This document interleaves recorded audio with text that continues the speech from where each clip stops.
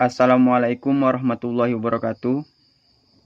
Waalaikumsalam warahmatullahi wabarakatuh. Assalatu wassalamu ala asrofil anbiya'i wal mursalin wa ala alihi wa sahbihi ajma'in amma ba'du. Pertama-tama marilah kita panjatkan puja-puji syukur atas kehadirat Allah Subhanahu wa taala, karena limpah dan karunia-Nya kita dapat berkumpul di aplikasi Zoom ini. Salawat berserta salam tak lupa juga kita junjungkan kepada junjungan Nabi besar kita, Nabi agung kita, Nabi Muhammad Sallallahu Alaihi Wasallam. Baiklah, kami dari kelompok 7, saya sebagai moderator. Saya Pani Ferdian. Saya Ranti Tamida Marsari.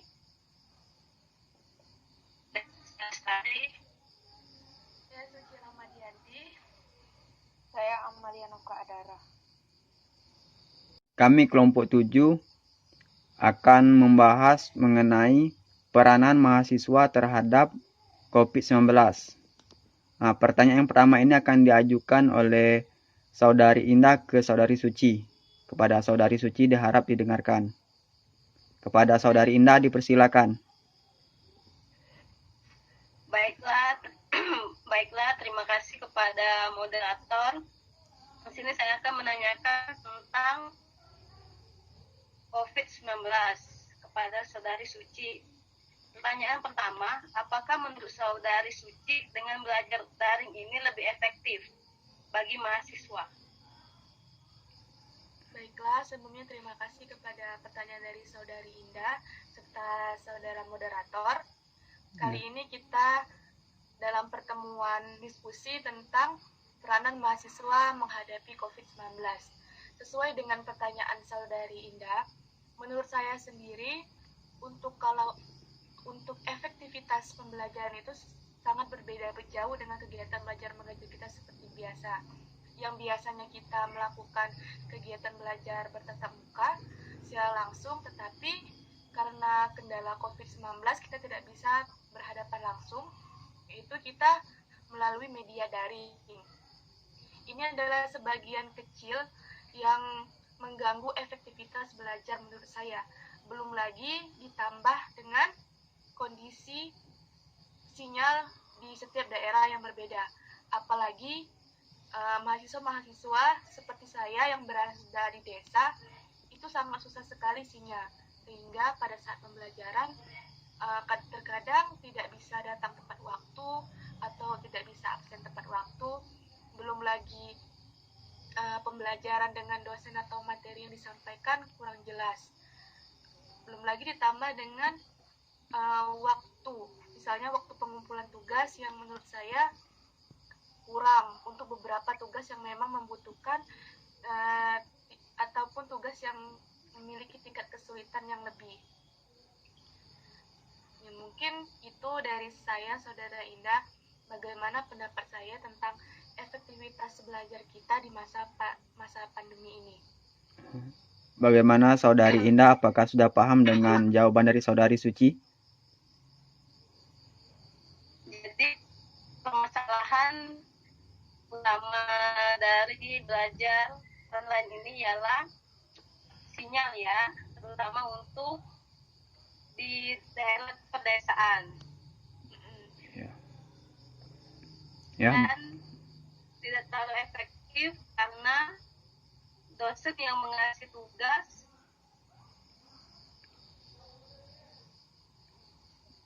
ada aku yang mengasih tugas ya, yang dosen yang memberikan tidak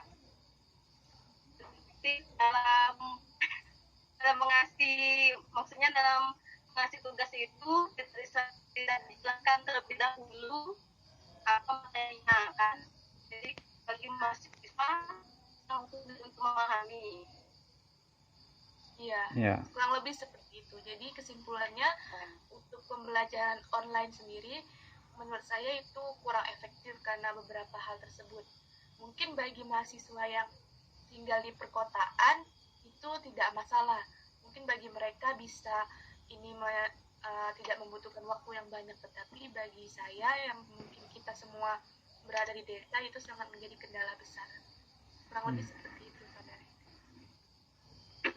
Ya. Ya. Baik, cukup jelas jawaban dari saudara Suci. Ya. Bagaimana kepada teman-teman yang lain? Apakah sudah paham atau sudah jelas atau ingin menambahkan? Kami persilakan. Paham. Paham. Jadi ketidak efektifan kuliah daring tersebut terkendala oleh sinyal. Dan juga jika masyarakat di pedesaan karena sangat mata pencariannya juga sangat minim, jadi ketika karena pertama adalah sinyal dan juga kedua adalah kuota, ya, seperti itu. Ya. Terima kasih. Bagaimana saudara? Apakah sudah paham? Sudah. Paham. Pertanyaan selanjutnya yaitu pertanyaan dari saudari Suci kepada saudari Indah. Kepada saudari Indah diharap didengarkan. Baiklah, sebelumnya terima kasih kepada saudara moderator atas kesempatannya. Yang ingin saya tanyakan pada diskusi kali ini kepada saudari Indah. Pertanyaannya, bagaimana sebaiknya sikap kita sebagai mahasiswa untuk menghadapi COVID-19 ini? Terima kasih. Baik, terima kasih kepada saudari Suci atas pertanyaannya. Di sini peran mahasiswa menurut saya dalam menghadapi pandemi saat ini sangat besar untuk saling membantu upaya pemerintah dan saling memberikan petunjuk protokol kesehatan kepada masyarakat yang telah dilakukan pemerintah agar kita semua bisa saling menguatkan. Tidak hanya itu, mahasiswa juga banyak melakukan baksos untuk meringankan masyarakat yang terdampak COVID-19 ini. Menurut saya sangat baik sekali peranan mahasiswa dalam menghadapi dan mengupayakan apa yang telah pemerintah lakukan untuk meredakan COVID-19 ini. Salah satunya dalam berbagi seperti bakti sosial atau memberikan edukasi yang sangat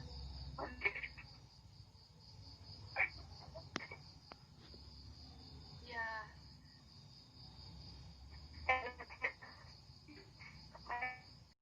Bagaimana audien, apakah sudah paham?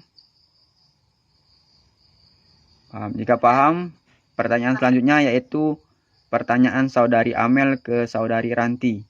Kepada saudari Amel kami persilakan. Kepada saudari Ranti diharap didengarkan. Baik, terima kasih kepada saudara moderator. Ini saya mau menanyakan kepada saudara Ranti, itu bagaimana menurut saudara Ranti sebagai mahasiswa jika tiba-tiba nanti dipaksa untuk memahami sebuah materi yang mana mereka tidak punya latar belakang pendidikan yang cukup untuk hal tersebut. Contohnya saat dosen memberi tugas tanpa memberi arahan terlebih dahulu untuk mengerjakan tugas tersebut. Baik, itu pertanyaan saya kepada saudara Ranti. baik, saya izin menjawab moderator. Jadi ketika saya berada di posisi itu, menurut saya atau saya akan melakukan kegiatan langsung atau mengechat hanya langsung kepada dosen yang bersangkutan untuk menanyakan apa saja yang belum saya ketahui atau yang belum saya pahami. Namun dengan memperhatikan waktu sehingga tidak mengganggu aktivitas dosen yang bersangkutan. Seperti itu. Bagaimana saudari Amel, apakah sudah paham? Ya, jadi untuk menyikapi hal tersebut, kita langsung chat personal kepada dosen bersangkutan menanyakan apa yang kita tidak mengerti. Begitu, Saudara Ranti. Ya, benar Iya. sekali. Oke. Terima kasih. Bagaimana dengan audien? Apakah ingin menanggapi? Cukup, Saudara Moderator. Bagaimana izin menambahnya? Oh iya, kepada Saudari Indah dipersilakan. Kata jawaban Saudara Ranti tadi, harus kita chat personal dosen tersebut. Ya. Terus bagaimana kalau dosen itu menanyakan saat bertatap muka? Menanyakan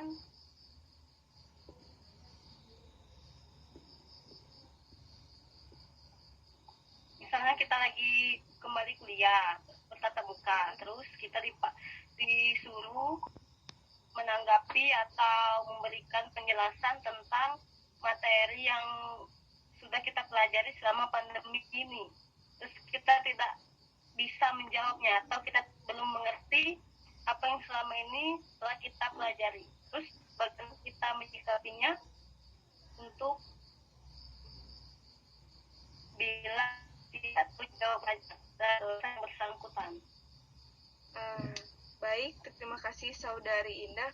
Jadi ketika kita masuk kuliah, maka itu hal yang lebih baik. Jadi kita bisa bertanya secara langsung, secara bertatap muka, sehingga guru yang bersangkutan dapat menjelaskan secara langsung kepada kita, dan kita akan mudah mengerti penjelasan yang guru sampaikan dibandingkan dengan kuliah daring. Karena ketika kita kuliah daring, kita akan tidak mudah untuk menangkap, atau kita juga jarang sebagai mahasiswa memperhatikan apa yang guru itu sampaikan. Karena kuliah daring ini guru biasanya hanya memberikan materi tanpa menjelaskannya, seperti itu. Bagaimana Saudari Indah? Terima kasih. Bagaimana Saudari Indah, apakah sudah paham? Maksud dari pertanyaan saya begini, tadi kan Saudari Amel bertanya tentang bagaimana pada saat kita kembali normal, bertatap muka, kuliah, belajar seperti biasa.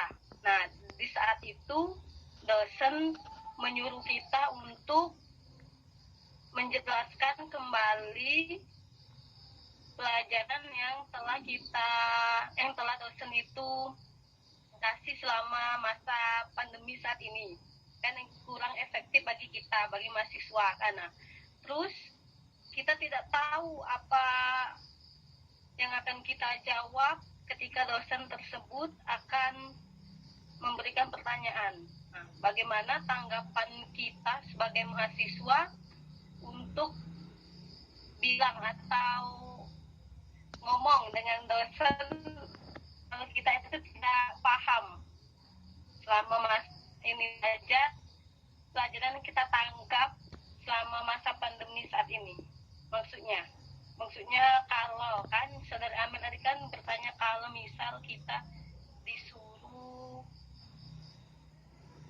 untuk menjelaskan kembali pelajaran dan kita juga tidak paham. Jadi tanggapannya baik, Saudari Indah. Pertanyaan Saudari Amel tadi maksudnya adalah ketika dosen memberikan tugas kepada kita, namun kita tidak mengerti bagaimana cara menjawabnya, bukan menjelaskannya. Jadi ketika kita tidak tahu, kita harus bertanya langsung. Nah, ketika kita tidak tahu apa yang dosen itu berikan kepada kita, tugas yang diberikan dosen kepada kita, maka kita bertanya. Bukan kita disuruh untuk menjelaskan. Ketika lanjut. Ya. Bagaimana Saudari Indah, apakah sudah paham? Jadi coba ini yang untuk pertanyaan Amel tadi coba bisa diulang kembali? Kepada Saudari Amel, apakah bisa diulang? pertanyaannya. Ya baik, terima kasih. Pertanyaan saya tadi yaitu bagaimana menurut Saudara Ranti sebagai mahasiswa jika tiba-tiba nanti dipaksa untuk memahami sebuah materi yang mana mereka tidak punya latar belakang pendidikan yang cukup untuk hal atau materi yang disampaikan oleh dosen. Contohnya, saat pandemi ini kita belajar daring. Lalu banyak dosen yang memberikan tugas tanpa memberi arahan terlebih dahulu untuk mengerjakan tugas tersebut. Contohnya pada pembuatan misalkan, contoh pembuatan proposal skripsi. Kita belum ada arahan atau titik mulai untuk pembuatan proposal tersebut. Nah, jadi menurut pertanyaan saya tadi, bagaimana untuk menyikapi hal yang belum kita pelajari, tapi untuk diselesaikan tugasnya. Dimengerti? Baik, izin moderator. Ya, pada saudari. Nah, Saudari Indah, sudah saya jelaskan dari pertama tadi bahwa jika kita tidak memahami materi apa yang disampaikan oleh dosen akibat perkuliahan daring ini, maka ada baiknya kita menanyakan secara langsung kepada dosen melalui chat personal, namun dengan memperhatikan waktu, karena perkuliahan daring ini dosen lebih banyak memberikan materinya tanpa menjelaskan, bisa memberikan makalah secara langsung di dalam sebuah grup kelas, namun tidak menjelaskan apa itu ini. Nah, seperti itu. Jadi kuliah daring ini sangat berbeda dengan kuliah tatap muka. Jika di tatap muka kita dijelaskan secara rinci, namun di kuliah daring ini hanya poin-poinnya saja, tidak secara terperinci. Terima kasih, Saudari Indah.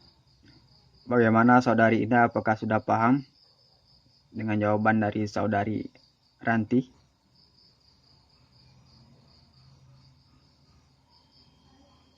Ya, kepada audien apakah sudah paham? Moderator. Ya, kepada Saudari Amel dipersilakan. Baik, mungkin dari jawaban dari Saudara Ranti, saya mau menambahkan dari pertanyaan Indah sebelumnya, yaitu bagaimana saat kita nanti saat perkuliahan sudah dimulai atau perkuliahan tatap muka, lalu menanyakan kembali materi apa yang sebelumnya disampaikan saat pelajaran daring. Jadi jika saat kita kuliah langsung atau tatap muka, kita tidak mengerti apa yang disampaikan dosen sebelumnya, maka itu salah dari mahasiswa tersebut. Kenapa saat tidak mengerti pada pembelajaran daring tidak menanyakan saat itu, bukan menyalahkan pada tatap muka nanti. Mungkin itu untuk menjawab pertanyaan dari Saudara Indah. Ya. Bagaimana audien, apakah sudah paham? Ya, kalau sudah paham kita lanjut dengan pertanyaan selanjutnya.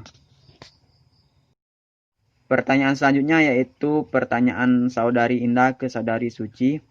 Kepada Saudari Suci diharap didengarkan. Kepada Saudari Indah dipersilakan.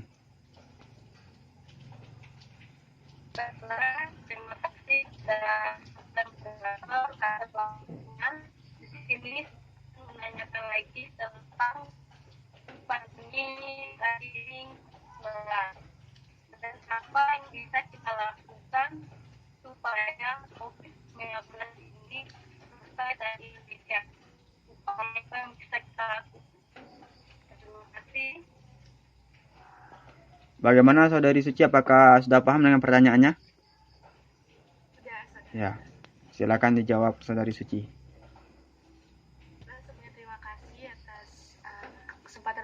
saudara moderator dan pertanyaan dari saudari Indah. Pertanyaannya, apa yang bisa kita lakukan supaya COVID-19 ini cepat berakhir? Tentunya kalau menanyakan apa yang dapat kita lakukan, tidak bisa kita lakukan secara sendiri atau pribadi, tetapi kita harus bekerja sama dengan seluruh pihak atau dengan seluruh masyarakat. Yang dapat kita lakukan adalah masyarakat harus melakukan perubahan pola hidup dengan tatanan dan adaptasi kebiasaan yang baru, agar kita semua terhindar dari yang namanya COVID-19 atau kita bisa memutus rantai penyebaran COVID-19. Jadi di sini saya membacakan apa saja sih hal yang dapat kita lakukan agar terhindar dari COVID-19 ini.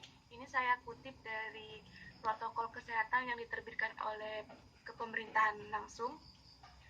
Jadi prinsip protokol kesehatan di tempat atau fasilitas umum adalah harus merupakan pelindungan kesehatan individu. Yang dapat kita lakukan antara lain memakai masker, cuci tangan dengan sabun, jaga jarak dengan orang lain, dan meningkatkan daya tahan tubuh dengan perilaku hidup bersih dan sehat. Mungkin itu yang dapat kita lakukan secara bersama-sama agar COVID-19 ini bisa cepat berlalu. Kembali lagi ini adalah kerjasama dari kita semua. Tidak bisa hanya satu orang saja yang mentaati protokol tersebut. Mungkin kurang lebih seperti itu. Saya kembalikan ke saudara moderator. Ya. Bagaimana saudari Indah, apakah sudah paham dengan jawaban dari saudari Suci? Kepada audien, apakah sudah paham?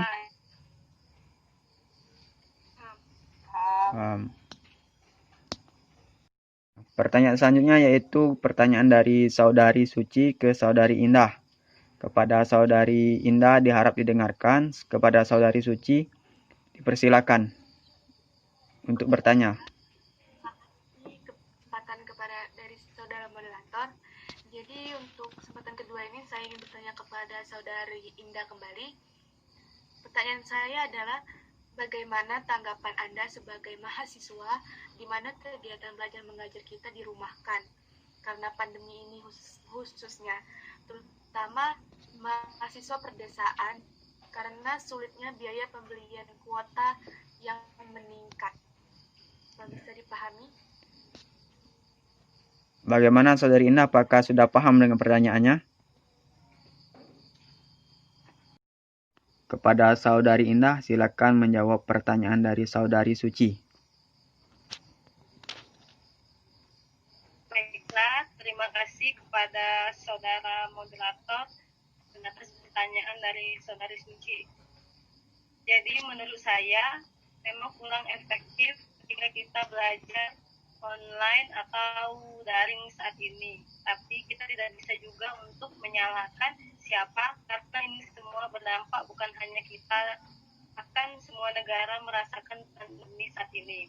Dan bagi pengajar seperti guru atau dosen, yang kami harapkan saat ini untuk tidak terburu-buru untuk waktu mengasih tugas. Ingat banyaknya mahasiswa yang berada di desa dan ketergantungan pada sinyal yang tidak menentu untuk mengirimkan tugas-tugas tersebut. Jadi untuk kuota yang meningkat karena hampir setiap harinya membuka tugas dan internet memanglah sangat boros sekali dalam pemakaian selama pandemi ini. Balik lagi, ini semua memanglah bukan keinginan kita, tetapi apa boleh buat yang telah terjadi, dan kita semua hanya bisa berdoa agar semua kejadian ini bisa kembali normal seperti biasanya dan kita bisa kembali bertatap muka. Mungkin itu saja yang bisa saya jawab dari pertanyaan Suci. Kembali ke saudara moderator. Bagaimana saudari Suci, apakah sudah paham dengan jawaban dari saudari Indah? Sudah paham. Sudah izin menjawab saudara moderator? Ya. Sudah paham, namun yang saya lebih titik beratkan dalam pertanyaan ini adalah bagaimana peran kita sebagai mahasiswa dalam menghadapi hal tersebut, atau langkah apa yang dapat kita lakukan agar kesulitan yang kita hadapi itu bisa diringankan. Misalnya masalah kuota tersebut, sebagai mahasiswa apa yang bisa kita lakukan untuk meringankan beban kita sendiri dalam hal itu. Ya. Bagaimana Saudari Indah? Apakah sudah paham? Mungkin untuk pembelian kuota, Saudara Suci, apa yang bisa kita lakukan? Iya, salah satunya itu. Silakan. Ya bagaimana juga ya, kita kan sebagai mahasiswa yang belum ada penghasilan. Jadi mau tidak mau tanggungan dari kuota harus kembali lagi kepada orang tua. Karena sebagai kalau misalnya kita kuliah biasa, harap maklum saja untuk kepada orang tua untuk penggantian uang jajan pada saat kita kuliah. Karena menurut saya yang bisa kita lakukan ya hanya di rumah untuk tetap aktif dalam pembelajaran. Dan kalau untuk bisa juga kita melakukan penjualan online, tapi itu butuh modal. Jadi menurut saya itu semua banyak orang tua untuk pembelian kuota. Ya. Pada saat masa pandemi ini sebagai ganti uang jajan selama kita berkuliah seperti biasa, bertatap muka, uang ongkos atau uang jajan seperti kita kuliah di kampus. Menurut saya lebih ringan saat pembelian kuota daripada kita untuk kuliah setiap hari menjajan. Kan kalau kuota bisa per bulan, kalau menjajan kan setiap hari. Mungkin itu saja, Saudara Suci, yang bisa kita lakukan. Tidak bisa kita lakukan sih sebenarnya. Yang bisa ada modal ya bisa berjualan atau berdagang di online ya, tapi kembali lagi itu semua butuh modal. Ya. Itu saja. Oke, bagaimana Saudari Suci? Apakah sudah paham? Sudah. Kepada audien apakah sudah paham? Ya, Saudari Suci? Sudah. Sudah. Kepada audien apakah sudah paham? Baiklah, pertanyaan selanjutnya yaitu pertanyaan dari Saudari Ranti ke Saudari Amel. Kepada Saudari Amel diharap didengarkan, kepada Saudari Ranti dipersilakan untuk bertanya. Baik, terima kasih saudara moderator. Bagi Amel, apa sih tanggapan saudari tentang PSBB yang diterapkan oleh pemerintah?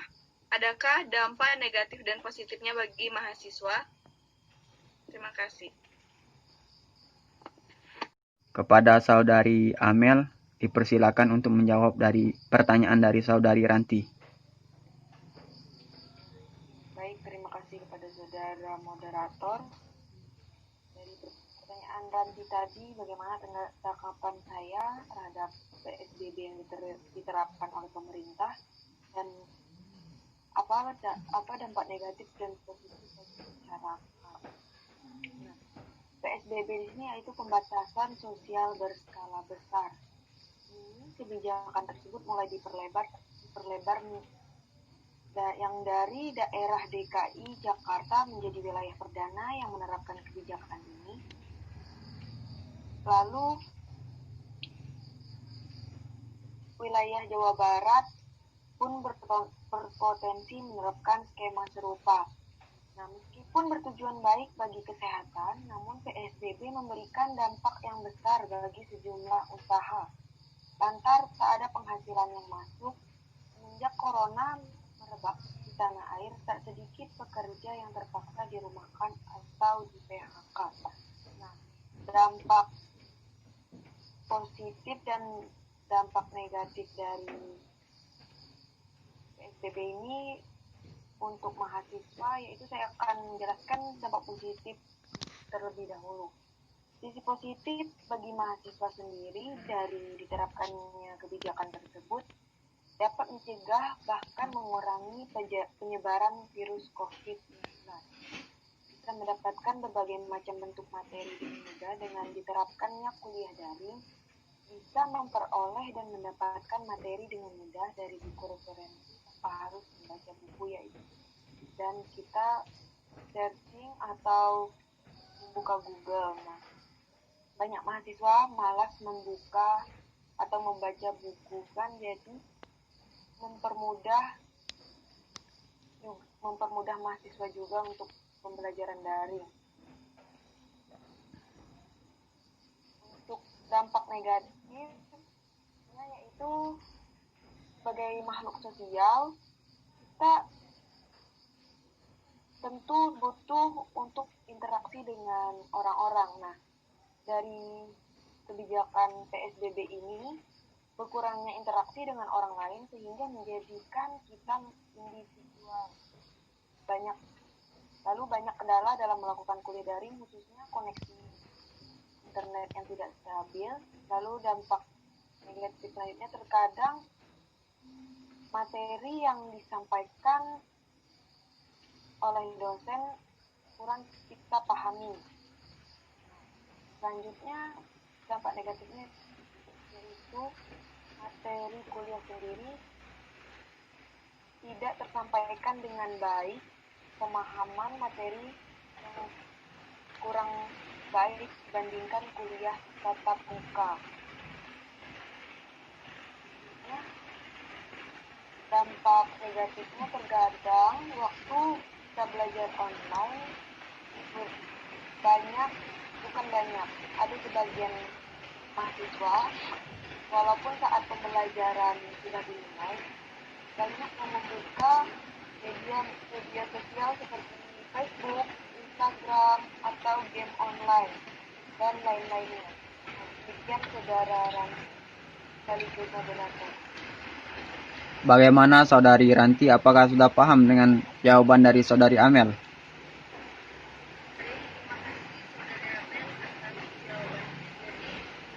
Penerapan PSBB terhadap pengaruh PSBB dari penerapan pemerintah untuk mahasiswa itu kebanyakan pada dampak negatifnya dibanding dampak positifnya. Bagaimana audien? Apakah sudah paham atau ingin menambahkan? Paham. Baiklah, pertanyaan selanjutnya yaitu pertanyaan dari Saudari Amel ke Saudari Ranti. Kepada Saudari Ranti diharap disimak pertanyaan dari Saudari Amel. Kepada Saudari Amel dipersilakan untuk bertanya. Baik, terima kasih kepada saudara moderator. Saya mau menanyakan kepada saudara Ranti, yaitu bagaimana menurut Ranti, apakah ada masalah psikologis bagi mahasiswa dampak dari pembelajaran daring ini? Demikian. Baik, terima kasih Saudari Amel atas pertanyaannya. Menurut saya ada dampak psikologis bagi mahasiswa akibat proses daring ini. Karena proses daring di Indonesia ini hampir berlangsung selama 2 bulan. Hal ini disebabkan penyebaran wabah COVID-19 yang terus berlangsung meskipun beberapa hari terakhir ini sudah di beberapa daerah sudah mulai kondusif. Nah, dampaknya adalah mahasiswa merasakan kebosanan dan juga emosional, di mana mahasiswa ketika proses hari ini tugas semakin banyak diberikan oleh dosen di setiap mata kuliahnya, di setiap pertemuan mata kuliahnya, dibandingkan dengan kuliah langsung secara tatap muka, tugas melalui daring ini lebih banyak, dan juga dibagi masyarakat di desa, jaringan adalah salah satu dampaknya juga, di mana mereka mencari sinyal lebih banyak untuk mengirim tugas-tugas dan ikut serta dalam kegiatan proses belajar mengajar daring. Namun bagi mahasiswa yang tinggal di kota atau di lingkungan yang memiliki jaringan yang banyak, mereka dapat menuai dampak positifnya, di mana mereka bisa mengerjakan sambil menonton TV, sambil memasak, namun berpengaruh kepada masyarakat yang tinggal di pedesaan, seperti itu. Bagaimana Saudari Amel, apakah sudah paham? Paham. Kepada audien, apakah sudah paham? Paham. Baiklah, apakah audien ada yang ingin ditanyakan?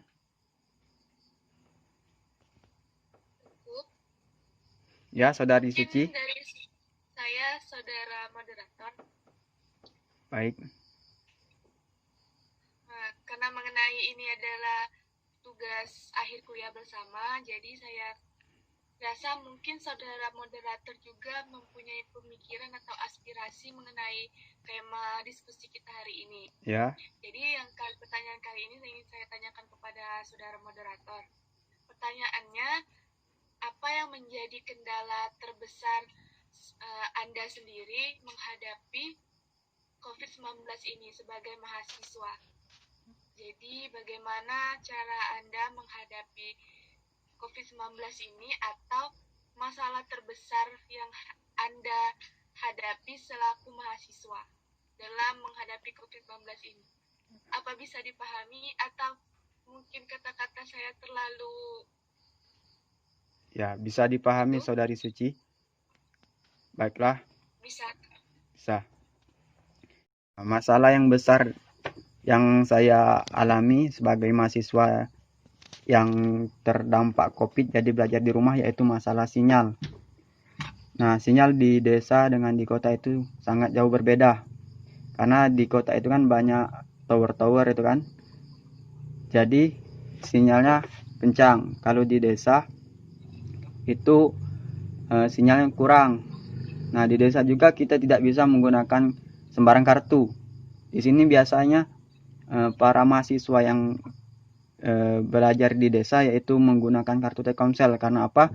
Karena kartu Telkomsel itu sinyalnya stabil.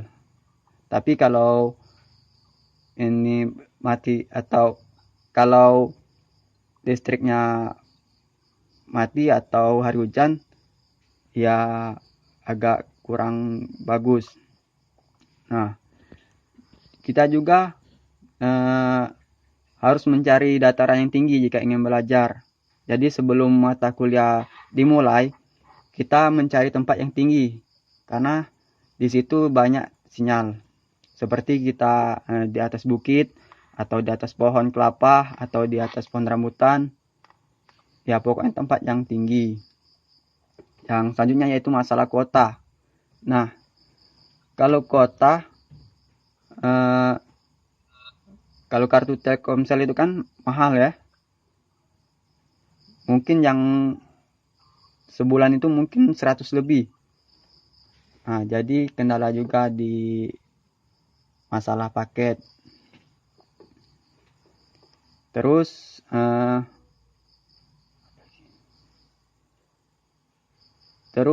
ini juga kendala kurang pahamnya juga masalah pembelajaran karena ketergantungan untuk nanya sama dosen. Dosen kan kalau ngasih tugasnya ini kumpul hari ini jam ini. Nah, jadi tidak dijelasi dulu bagaimana cara pembuatannya. Nah, jika kita ingin menanyakan sama dosen tentang masalah pelajaran, kita harus menunggu waktu yang tepat kan? Tidak bisa sembarang waktu. Seperti itu, Saudari Suci. Apakah yang lain ingin menanyakan lagi? Saya persilakan. Ada yang lain Pada yang lain? atau pendapat atau berbagi Ayo. tentang Atau ingin menambahkan? Pendapat. Ya. ya mungkin saudara Ranti. Baik, mungkin sama saja sama mahasiswa pada umumnya, karena mayoritas mahasiswa terutama di Universitas PGRI ini adalah mahasiswa yang tinggal di pedesaan. Jadi keluh dan kesahnya atau masalah terbesarnya adalah kendala jaringan, kuota, dan juga ketidakpahaman materi yang disampaikan oleh setiap dosennya. Seperti itu. Yang lain ingin menambahkan atau bertanya, kami persilakan, saya persilakan. Saudari Suci, apakah sudah paham dengan jawaban saya tadi?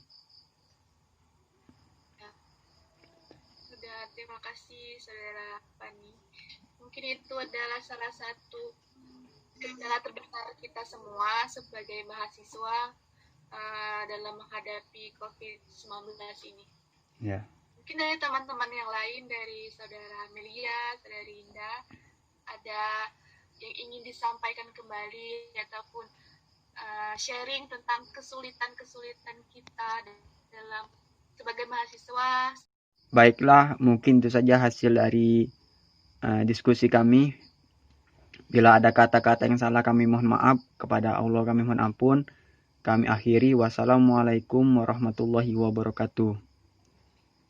Waalaikumsalam warahmatullahi wabarakatuh.